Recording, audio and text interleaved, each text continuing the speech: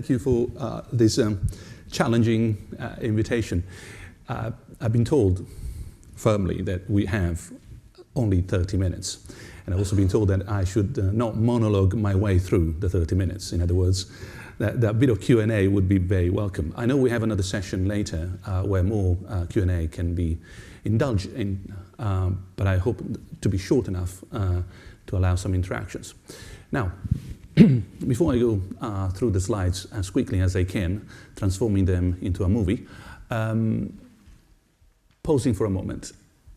I could not have hoped for a better sort of speaker before me, because all the questions that I'm going to tackle now in terms of ethics and governance are pretty much prompted by some of the technology we've seen before. And the Q&A actually showed that sort of interest. Identifiability, privacy, vulnerability and security, groups that may or may not be targeted. These are some of the issues that we deal regularly today, thanks also to amazing technologies. If I highlight some of the less amazing, less enthusiastic, optimistic side of this technology, is just because you want to concentrate on the little drop in the glass still missing. So don't get me wrong, I like technology and I'm quite optimistic about what we can do with it. We can do even better by making sure that the little things that may go wrong won't. And before I start, one sort of Freudian remark. Somewhere in the deep of your mind, there is a distinction that you've been using for a long time. It's just that sometimes it's not so obvious in front of our eyes. It's like knowing what a chair is, but then being someone coming to Oxford and being asked during the interview, can you please define a chair? And most of them fail. They know what it is, but they can't tell you in as many words. Now, the distinction that I'd like to have you keeping in mind is the following. There's something that I can do, and that's feasibility. There's something that I may do, and that's legal. And there's something that I should do, and that's ethical. So what is doable, what's legally doable, what's ethically doable, these three things, they don't nicely interact like Venn diagrams. You wish. Sometimes they interact in different ways. But one thing is for sure, the feasibility generates the debate between what is ethical and legal. So you may have different views about what comes first. The normal view is that ethics come first and sort of informs the law. But certainly, if it is unfeasible, we don't even have a discussion about it. That's why the previous talk was essential, because it showed us what is feasible today and what is becoming ordinary in terms of technology. So going to the talk, well, the feasible, it's the possible, the doable. And normally, as a human species on this planet, we like to have rules about it. Soft, hard, self-regulation, the law. And this leads us to the General Data Protection Regulation, which many of you probably know by heart by now. Not the press, because the press seems to be distracted by other issues. But it's coming, and it's coming soon. The 2 points that I want to highlight in the GDPR are human dignity and the right to explanation. Neither of them is actually there. I'll show you where they are absent, so to speak. But both inform the thinking behind this new regulation in terms of what we can or cannot do, legally, ethically speaking, with personal data. And remember, we're talking now about personal data, not about weather forecast. So the premise is that there's a lot of literature here, so in case you want to go online, just Google, and these are some of the articles and the work we've done with my group. There's a bit of a crisis. We heard about all these things through the press.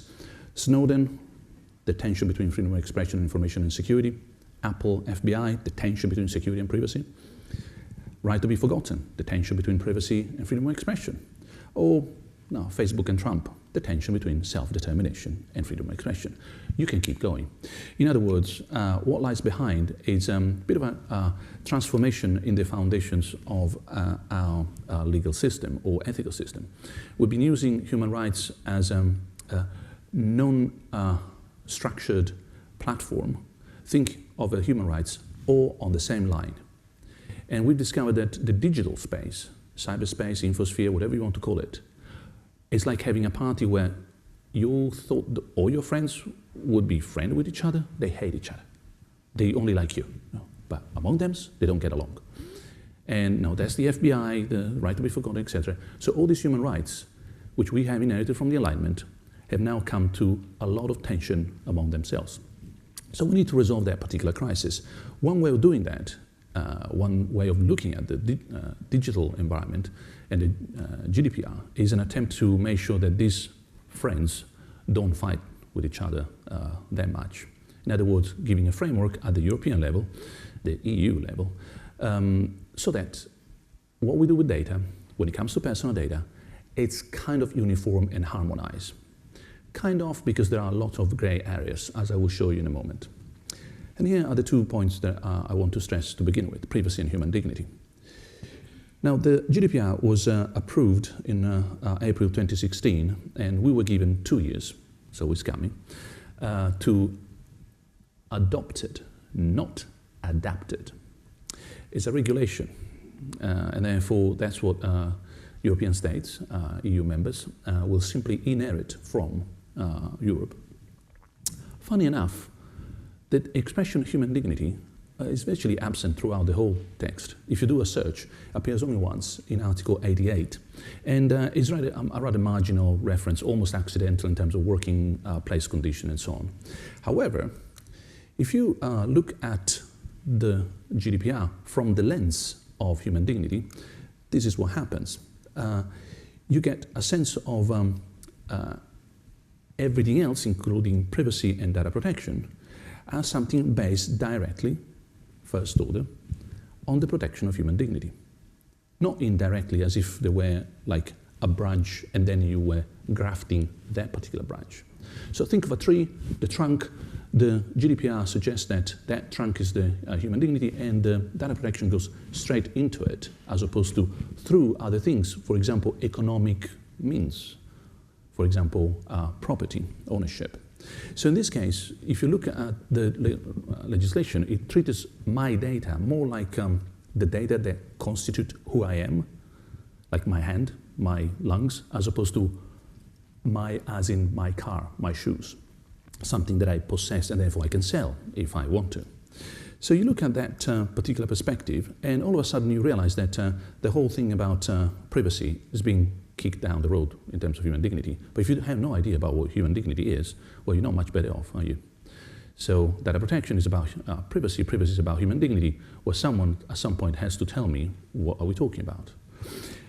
That human dignity, therefore, is based on one more concept. This is typical work that philosophers do. They, instead of going forward, they always walk backwards. No? So what's the conditional possibility of the conditional possibility? So you move from privacy to human dignity, what it is? Well, it's exception. It's about us being extraordinary. Well, what kind of exception are we talking about? Well, unfortunately, that's also where things start intersecting with other sort of problems we have today. Not for today, not for this session, but of course artificial intelligence, machine learning.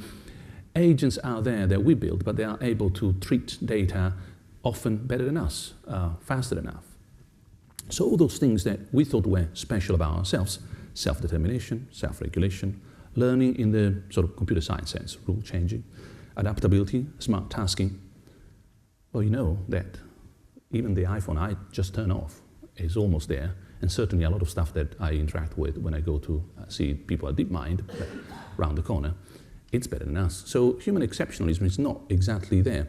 The thing is that what has happened here is that we have moved from being at the center of the universe, being at the center of the biological kingdom, being at the center of mental life, to being at the center of the infosphere. And every time someone came, Copernicus, Darwin, Freud, Alan Turing, and kicked us out.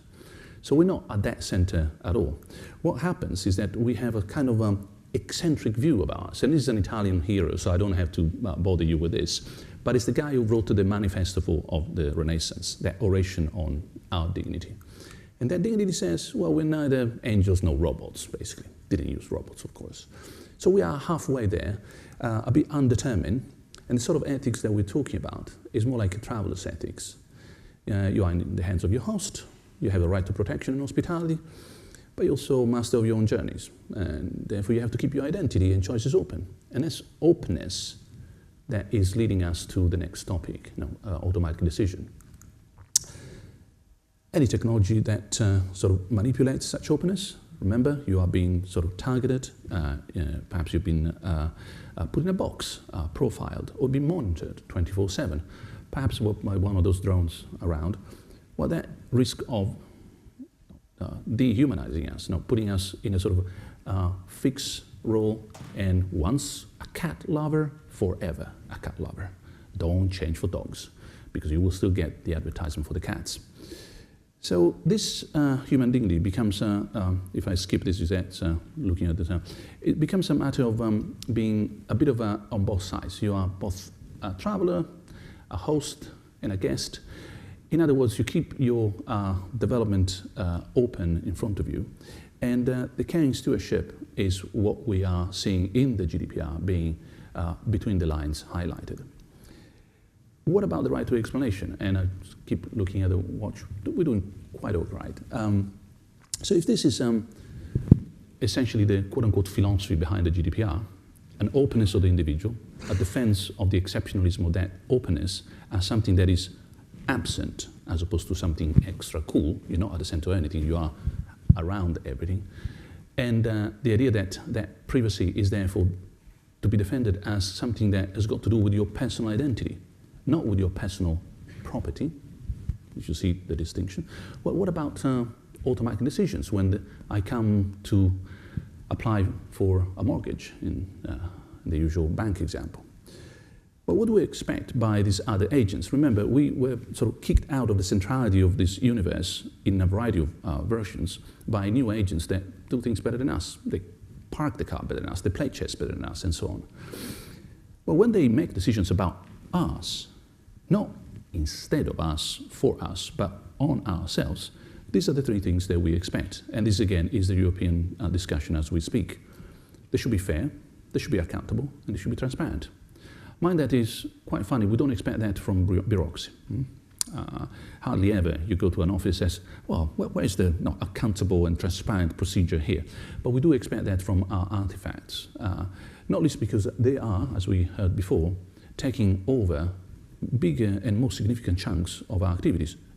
And I'm happy to do for them to do that. The ultimate task of humanity is not to work, it's to be on holiday. Just in case you thought otherwise, that I wasn't a philosopher enough. Apologies for the Windows Apple little thing there. But there would have been some rumors about the GDPR at some point, months ago. The idea that it would provide a right to explanation. When you go to the bank, you are not going to get that mortgage. Well, the GDPR will give me that right. I will want to know why. And I will be able to ask an explanation for an algorithm decision that was made about me. Explanation of the rationale of all types of algorithm decisions will become available. Not true. Bad news. Remember I told you the GDPR does not contain two things. A long analysis of human dignity, but that's the perspective from which it has been written, and that particular right, the right to an explanation. The second is absent, not accidentally. You look through the documents, it's actually been removed during the discussion between the different parties involved in the formulation of the last version of the GDPR. What it does provide in Article 22 and the Recital 71 is a right to be informed. Well, thank you so much. So you're not going to get the mortgage, and that's all you're going to get, that information. So, why? Sorry, computer says no, if you're not old enough to remember that. Say that, well, it's not good enough. It wasn't good enough for that show. Why should it be good today? Well, that's all you're going to get from the GDPR. I thought that I had a right to an explanation, for goodness sake. This thing is taking vital decisions about me. So, no, we decided through the process of formulating their law that would have been too strict. So it does tell you something about the system functionality, but mind that adverb, solely. Anyone in business should love that solely, because it takes only a fraction of a second of an individual in the process to make sure that that particular Article 22 doesn't apply. So you have 99% of processing done by an algorithm, and someone at some point, I don't know, so clicks on something or checks something and moves that file from here to there.